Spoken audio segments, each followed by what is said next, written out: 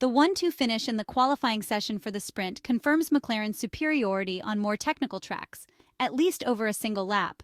The values in play regarding race pace remain unknown, ahead of a sprint race which takes place today at the 4.309-kilometer Autodromo Jose Carlos Pace in Brazil, where rumors suggest that tire degradation will be so high as to push for the use of hard tires. The third and fifth positions of the two Ferrari drivers therefore become a valuable result for the Maranello team, which, despite recent progress, has not yet fully addressed a chronic weakness of the prancing horse. Barcelona, Budapest, Zandvoort, and now Interlagos. On tracks characterized by slow and especially long hairpins, McLaren confirms itself as the Queen of the Hairpins, namely the best car on the grid. In the medium to high downforce setup, the MCL38 single-seater demonstrates the highest levels of efficiency, boasting excellent stability in the mid-corner phase, much envied by the competition. After the missteps in the United States Grand Prix at the Austin Circuit and in Mexico City, the Woking team arrives in Brazil with a competitive setup from the very first laps of the weekend. The many uncertainties of the São Paulo track are not enough to destabilize the team, starting with the complete resurfacing of the circuit. As predicted, the reduced roughness of the track surface lowers the level of mechanical grip, which is related to the tire penetrating the asphalt grains, while increasing adhesive grip associated with chemical bonds to the tire surface. Due to a very dark color that heats the track surface quickly, teams and drivers soon discover that the rear axle is the limiting factor, making it, very difficult to manage traction phases. However, what troubles almost everyone are the numerous bumps on the track, with Ferrari team principal Frédéric Vasseur not hesitating to call the circuit the bumpiest of the entire 2024 Formula One season. This is no small variable, forcing teams to raise the cars and soften the suspensions. None of this seems to trouble the Woking team, further confirming that even the aerodynamic upgrade package brought between Austin and Mexico City has not compromised the balance and drivability of the car. For McLaren, the São Paulo weekend begins with the best conditions. As expected, Ferrari on the defensive this weekend. Where we struggled the most is in the slow, long corners. We are working to have a better car in those corners, and I think we have seen good steps forward in recent races. These words from Charles Leclerc are not from Brazil, but date back to his comments last June about the recently completed Spanish Grand Prix. In São Paulo, Ferrari suffers from what has been a weakness of the prancing horse since the beginning of the year, inherited from previous projects. The SF24 lacks stability in long cornering phases, an aspect that becomes particularly penalizing in Brazil in curves like 8, 9, and 10. Yet, even in this area, the prancing horse's progress is noticeable.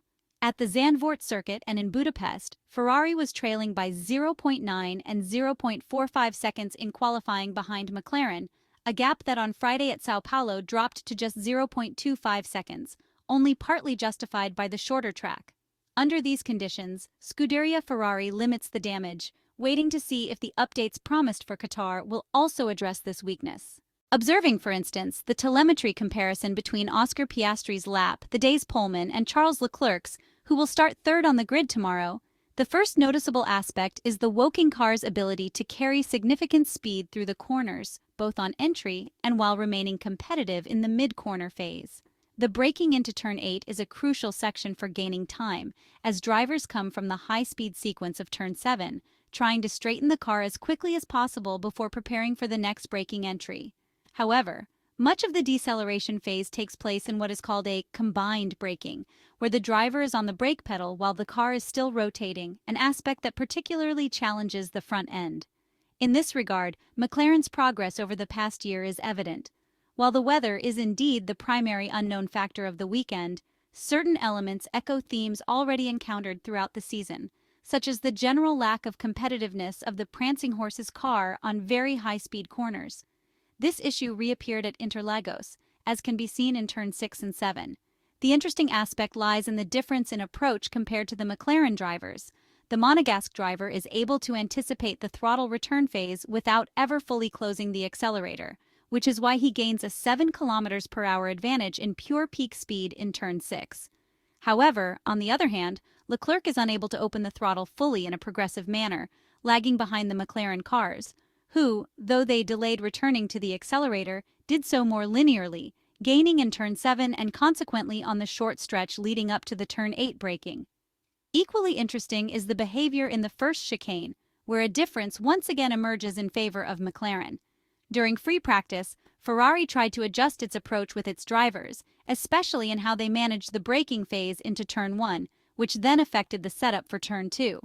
In this area, the MCL38 proved to be extremely effective, not only because it was able to carry more speed into and through the corner, but also because both drivers still displayed excellent acceleration out toward Turn 4, ultimately reaching a peak speed 3 km/h higher. The best news for Ferrari is the satisfaction of both drivers with the car's balance. Charles Leclerc and Carlos Sainz are now eager to see if the SF24 will confirm the trend from recent races, hoping for better competitiveness in the race than in qualifying.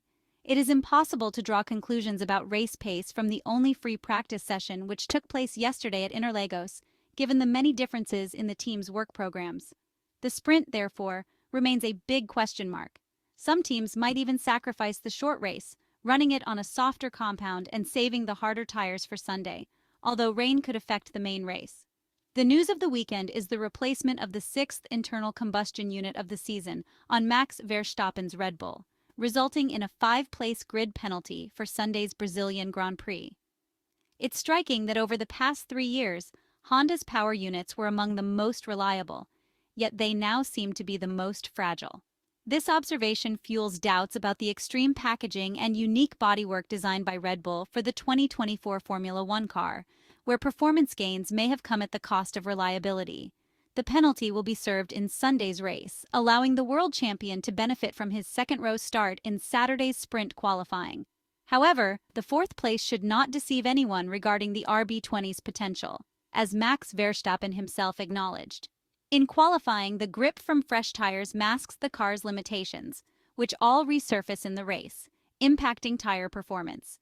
The Red Bull remains too unpredictable for Sergio Perez, who was eliminated in Q2 without apparent benefit from the chassis replacement.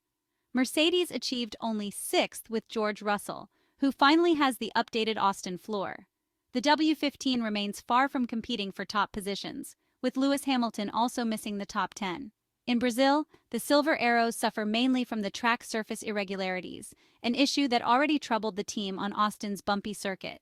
Ahead of the Brazilian weekend, Andrew Shovlin noted that Mercedes' objective is to use the last races to experiment in preparation for the 2025 Formula One campaign. Aston Martin fares worse, with both Lance Stroll and Fernando Alonso eliminated in Q1. The Silverstone team is searching for answers, even resorting to using a floor dating back to last May.